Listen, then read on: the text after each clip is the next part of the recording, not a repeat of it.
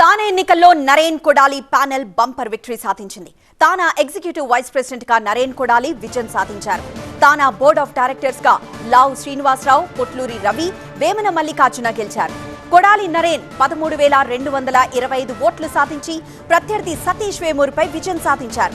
సెక్రటరీగా వెంకటరాజా కసుకుర్తి, ట్రెజరర్ గా భరత్ మద్దినేని ఎంపికయ్యారు. మిగతా పదవుల్ని కూడా నరేన్ ప్యానెలే గెలుచుకుంది.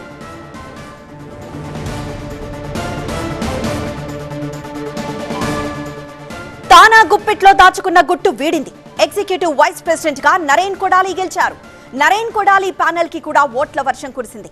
అయితే నెక్స్ట్ ఏంటి? తానా తనలాగే ఉందా? రాజకీయ సుడిగుండంలో చిక్కుకుందా? తెలుగు ఎన్ఆర్ఐలకు అండగా ఉన్న తానాలో కలిసిమెలిసి పనిచేసే బాండింగ్ తగ్గుతుందా? ప్రెసిడెంట్ ఎలక్షన్ వరకు ఒక లెక్క, ఆ తర్వాత ఒక లెక్కగా మారిందా? ఇప్పుడు అందరికీ చాలా ప్రశ్నలు వస్తున్నాయి.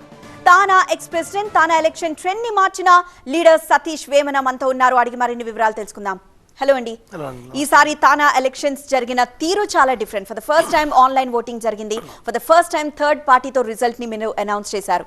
ఎందుకు జరిగింది ప్రాసెస్ అంతా? అసలు అంటే ప్రతిసారి ఒక తానాలో పోస్టల్ బ్యాలెట్ అంటే అక్రమాలు జరుగుతున్నాయి అని అవని ఇలా ఎన్నో ఏళ్ళుగా ఒక నింద ఉండేది. అది కూడా పోగొట్టాలని చెప్పి ప్రతి ఒక్కరికి ఈమెయిల్లో ఎలక్షన్ కోడ్ వస్తే ఆ కోడ్లో ఆన్లైన్లో ఓటింగ్ చేసి ఫస్ట్ టైం చాలా ఫాస్ట్గా రిజల్ట్స్ అనౌన్స్ చేయడం జరిగిందంటే. రైట్. అంటే సభ్యులుగా, అంటే ఒక జనరల్ ఎలక్షన్స్, మన ఇండియాలో జనరల్ ఎలక్షన్స్ ఎలా అయితే సాగుతాయో అంత హోరాహోరీగా సాగింది. ఎందుకు ఈ పరిస్థితి వచ్చింది? అంటే అమెరికాలో ఓ పెద్ద సంస్థ, ప్రాచీన సంస్థ, 50 ఏళ్ళుగా ఉన్న సంస్థ. అక్కడ ఈరోజు దాదాపుగా ఇండియన్స్ మాకు 6 మిలియన్ ఉంటే అందులో దాదాపుగా 2 మిలియన్ తెలుగు వాళ్ళే ఉన్నాం. అందులో తెలుగు వాళ్ళు హైయెస్ట్ ఫ్రమ్ తానాలో ఉన్నారు, 1,00,000 మంది సభ్యులు. సో డెఫినెట్గా మాకు ఇక్కడ ఎలక్షన్స్ ఎలా ఉంటాయో ఈ ఎలక్షన్స్ని అక్కడ మరిపిస్తూ ఉంటాయి. సో ప్రతి ఒక్కరికి ఈ గత 2 మంత్స్గా ఈ ఎలక్షన్స్ గోల్ తప్ప వేరే గోల్ లేదు. మాకు ఎప్పుడు ఇది ఒక ప్రెస్టేజ్గా తీసుకుని మంచిగా చాలా గట్టిగా జరుగుతాయండి ఎలక్షన్స్. కానీ యాక్చువల్గా మీ హయాం నుండే ఈ ఎలక్షన్ అనే ప్రాసెస్ మీద ఒక ఇంట్రెస్ట్, ఇంప్రెషన్ క్రియేట్ కావడం, ప్రత్యర్థి అనే ఒక మాట రావడం, తానాలో అలాంటి మాట రావడం అనేది మీ హయాం నుండే ప్రారంభమైంది అంటారు. నిజమేనా? అంటే కొంతవరకు నిజమే అని చెప్పుకోవచ్చింది. అంటే ఎందుకు ఆ టైంలో ఎందుకు అలాంటి మాటలు వచ్చినాయి? ఎందుకంటే ఇది ఒక సేవా సంస్థ. అలాంటి సంస్థలో ప్రత్యర్థి అనే మాటలు రాకూడదు. అంటే వాషింగ్టన్లో జరిగిన 2 తానాలు చాలా గ్రాండ్ సక్సెస్ అయ్యాయండి. అంటే 2007 తానాలో ఆ రోజు నారా చంద్రబాబు నాయుడు గారు రావడం, బిల్ క్లింటన్ రావడం, అలాగే అప్పట్లో కన్నివిని ఎరుగిన రీతిలో అప్పుడు దాదాపు 15,000 పీపుల్ రావడం వాషింగ్టన్లో. అలాగే 2019లో పవన్ కళ్యాణ్ గారు, అలాగే చాలామంది, కపిల్ దేవ్, ఇట్లా చాలా భారతదేశం నుంచి ప్రముఖులందరూ రావడం, అప్పుడు ఒక 25,000 మంది రావడం, అదొక ఆబ్వియస్గా అట్రాక్షన్ యాడ్ అవుతుంది కదండి. అలాగే ఒక చెట్టున్న కాయలున్న చెట్టుకే రాలేసినట్టు. సో అప్పటి నుంచి ఒక 2007 నుంచి తానా అంటే ఒక ఎలివేషన్ స్టార్ట్ అవ్వడం, అందరూ అటెన్షన్ ప్లే చేయడం, అందరూ కూడా వాళ్ళు కూడా సర్వీస్ మోడల్తో ముందుకు రావాలి. అంటే ఆబ్వియస్గా సర్వీస్ మోడల్తో పాటు ఎంతో కొంత కూడా పైకి వెళ్ళాలని ఉంటుంది కదా.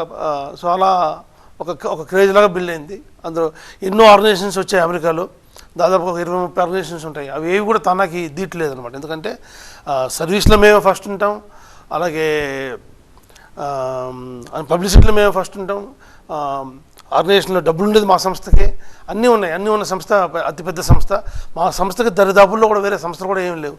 అందుకు అదొక ఆ క్రేజ్ ఎప్పుడు ఆ తానాకి ఎప్పుడు ఉంటుందండి. ఆ రోజు కాకర సుబ్బారావు గారు, గుత్తుకొండ రవీంద్రనాథ్ గారు 1977లో పెట్టడం, అప్పట్లో 1984లో నందమూరి తారక రామారావు గారు ముఖ్యమంత్రిగా వెళ్ళడం, అది తానా అంటే అదొక బ్రాండ్. దాన్ని మేమందరం కొంచెం ఒక యూత్ ఆడిన తర్వాత మరి ఇంకొంచెం పబ్లిసిటీ కాస్త ఎక్కువైందండి. నిజమే, ఒక బ్రాండ్ క్రియేట్ అయింది, ఒక నమ్మకం క్రియేట్ అయింది. బట్ కోర్టుకి వెళ్ళి తేల్చుకుందాం అనేంత వరకు వచ్చిందంటే నిజంగా తానా మీద కొంత నమ్మకమే ఉన్న సన్నగిల్లుతుందేమో అన్న డౌట్స్ రేస్ కాలేదా ఆ టైంలో? అంటే అప్పుడప్పుడు ఎలక్షన్స్ అప్పుడు కొంచెం ఆ తానాకి ఆ షేక్ వస్తుంది, మళ్ళీ ఎలక్షన్ అయిపోతే అన్ని మామూలు అయిపోతుంది. ఎందుకంటే ఈరోజు తెలుగు వాడికి ఆపద వస్తే, ఎక్కడ అలాస్కాలో MBBS మూర్తి గారు చనిపోయిన, అలాగే సాన్వి రెడ్డి ఫిలడెల్ఫియాలో 3 ఏళ్ళ పాప చనిపోయినా ఫస్ట్ గుర్తుకొచ్చే తానానే అండి. ఫస్ట్ ఫోన్ గోస్ టు తానా. తెలుగు వాడికి అమెరికాలో ఏ యాక్సిడెంట్ అయినా సరే, ఏ ఇబ్బంది వచ్చినా, home side, suicide, accident, death, water accident ఏదైనా సరే ఫస్ట్ తానానే రెస్పాండ్ అవుతుంది. ఎవ్రీవన్ వేరే ఆర్గనైజేషన్స్ కూడా తానానే అప్రోచ్ అవుతాయి. అంత మంచి పేరుంది మాకు. అలాగే ఎవ్రీ ఇయర్ $4-5 million ఇండియాలో ఖర్చు పెడతాం, ఆంధ్రలో తెలంగాణలో ఖర్చు పెడతాం. అలా చేసే సంస్థ ఏది లేదు. కాబట్టి ఎస్, మీరు చెప్పిన మాట ఎగ్జాక్ట్లీ వాస్తవమే. వచ్చినప్పుడల్లా మమ్మల్ని అడుగుతారు ఇక్కడ ఎందుకు అంత గొడవ పడతారు అనేది. ఆ ఎలక్షన్స్ అలా అంత ఈగోయిస్ట్గా తీసుకుంటాం. అలాగే సర్వీస్ వచ్చినప్పుడు అంతే కసిగా పనిచేస్తాం. అంటే యు మీన్ ఇప్పుడు ఎలక్షన్స్ వరకే ఆ ఫైట్, ఆ హీట్, ఆ తర్వాత మళ్ళీ కలిసి బ్రహ్మాండంగా పనిచేస్తారు. కలిసిపోతాం. అంటే అన్నన్ని మాటలు అనుకున్న తర్వాత కలిసి పనిచేయడం అనేది ఓన్లీ బయటికి చూపెట్టుకోవడానికి మాత్రమేనా, లేకపోతే నిజంగానే కలిసి నిజంగానే పనిచేసే కలిసి పనిచేస్తాం. అంతా సిచ్యువేషన్స్ ఉన్నాయా? ఇప్పుడు నా కింద వచ్చిన ప్రెసిడెంట్స్ అందరూ ఉన్నారు, వాళ్ళందరూ మేము తీసుకొచ్చిన వాళ్ళమే. వాళ్ళందరినీ కూడా వాళ్ళే మాతో డిఫర్ అయ్యి బయటికి వెళ్ళారు. ఇప్పుడు ఓడిపోయారు, మళ్ళీ తెలుసుకున్నారు, మళ్ళీ వాళ్ళే మా దగ్గరికి వస్తారు. ఇది యూజువల్ ప్రాక్టీసెస్ అండి ఇప్పుడు కూడా. అంటే యూజువల్లీ ఇట్లా ఉన్నప్పుడు డిఫరెన్స్ ఆఫ్ ఒపీనియన్ ఉంటూ ఉంటుంది, క్లాష్ అవుతూ ఉంటాయి. ఒపీనియన్స్ కానీ వాళ్ళ సజెషన్స్ కానీ క్లాష్ అవుతూ ఉంటాయి. ఎంతవరకు అది కంపాటబుల్ అంటారు? నిజంగానే ఇట్లా గొడవలు పడ్డము అంటే ఎలక్షన్స్ టైంలో గొడవ పడ్డం, తర్వాత మేము కలిసే పని చేయడం అనుకోవడం అనేది అంటే దేశం వెళ్ళాం కదండి. అక్కడ ఆ 2 నెలలు మాకు ఇంకేం కనిపించవు. ఆ ఎలక్షన్ విన్ అవ్వాలి, ఆ ప్యానల్ విన్ అవ్వాలి, సర్వీస్ చేయాలి మనం అంతా అనేది ఉంటుంది. కొంతమంది ఎప్పుడు డిఫర్ అవుతూ ఉంటారు. ఇప్పుడు మేము ఎప్పుడు ఒక టీమ్గా పనిచేస్తూ వచ్చాము. నేను, నాదల్ల గంగాధర్ గారు, కోమటి జయరాం గారు అని 20 ఏళ్ళుగా మాకు అసలు ఏమీ లేదు. ఎప్పుడైతే మాలోంచి కొంతమంది బయటికి వెళ్ళి ఎప్పుడైతే ఇలా డిఫర్ అయిందో ఈ లాస్ట్ 4 yearsగా కొంచెం డిస్టర్బెన్సెస్ ఎక్కువ ఉన్నాయి. అంతకుముందు ఎప్పుడు ఏం లేవే. నాకైతే నేను ఎప్పుడు నాకు 2 ఎలక్షన్లు అయ్యాయి. నాకు ఆర్ఎల్బీపీగా అంటే ఫస్ట్ పొజిషను, తర్వాత ప్రెసిడెంట్గా అయ్యాయి. మధ్యలో ఏ పొజిషన్స్కి ఎలక్షన్స్ లేవు, అన్నీ నాన్మస్గానే అయ్యాయి. అలాగే నేను ప్రెసిడెంట్గా ఉన్నప్పుడు 45 పొజిషన్లు ఏకగ్రీవంగా చేశాం. అంటే దాని అర్థం ఏంటి, అసలు ఎలక్షన్సే లేకుండా చేయగలిగాం. సో దాని అర్థం ఏంటంటే ఎప్పుడు మేము పోటాడుకుంటూ ఉంటామని కాదు, అప్పుడప్పుడు అలా వచ్చినప్పుడు మటుకు we go to the peak, అంతే తప్ప మళ్ళీ అన్నీ సెట్ అవుతామండి. సో సతీష్ గారు, ఎండ్ ఆఫ్ ద డే మీరు కలిసే పనిచేస్తా అంటారు, Yes అండి. తానా దానికి ఉన్న పేరుని నిలబెడతా అంటారు. తప్పకుండా ఇట్స్ బ్రాండ్. తానా అనేది అమెరికాలో తెలుగువాడి గుండె చప్పుడు. సో ఎందుకంటే ఈరోజు ఎక్కడికో వెళ్ళిపోతుంది. 1,00,000 మంది సభ్యులున్న ఒక నాన్ ప్రాఫిట్ తెలుగు ఆర్గనైజేషన్ వరల్డ్లో ఎక్కడ లేదండి, not even in India. Right. అంత పెద్ద ఆర్గనైజేషన్, అంతే అన్ని నిధులు ఉన్నాయి. మాకు టీమ్స్ సంస్థ ఉంది, తానా ఫౌండేషన్ చారిటీ యాక్టివిటీస్ ఉంది, ఎన్నో సేవా కార్యక్రమాలు చేస్తూ ఉన్నాం అండి. Right, all the best Satish గారు. సో కొత్త ప్యానెల్తో కలిసి వర్క్ చేయాలని, తానా పేరు మరింత నిలబెట్టాలని అయితే మేము కోరుకుంటున్నాం. Thank you so much.